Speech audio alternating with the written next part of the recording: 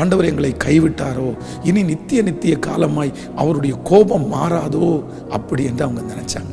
ஆனால் ஆண்டவர் அவர்களை பார்த்து சொல்லுகிறார், நான் உன்னை எப்படி கைவிடுவேன், நான் உன்னை எப்படி கைவிடுவேன், என் பரிதாபங்கள் உங்களுக்காக திரளாய் பெருகுகிறது என்று ஆண்டவர் சொல்லுகிறார்.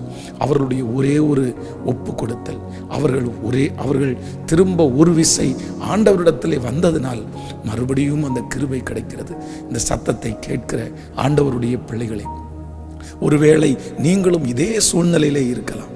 ஆண்டவர் என்னை கைவிட்டாரோ, ஆண்டவர் என்னை மறந்தாரோ, ஒருவேளை ஆண்டவருக்கு விரோதமாய் நான் செய்த ஏதோ தவறுனாலே கர்த்தர் கோபமா இருக்கிறாரோ என்றெல்லாம் நீங்க நினைக்கலாம்.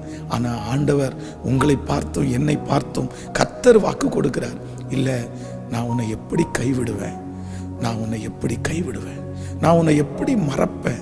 கர்த்தர் சொல்லுகிறார், இந்த உலகத்தில் இருக்கிற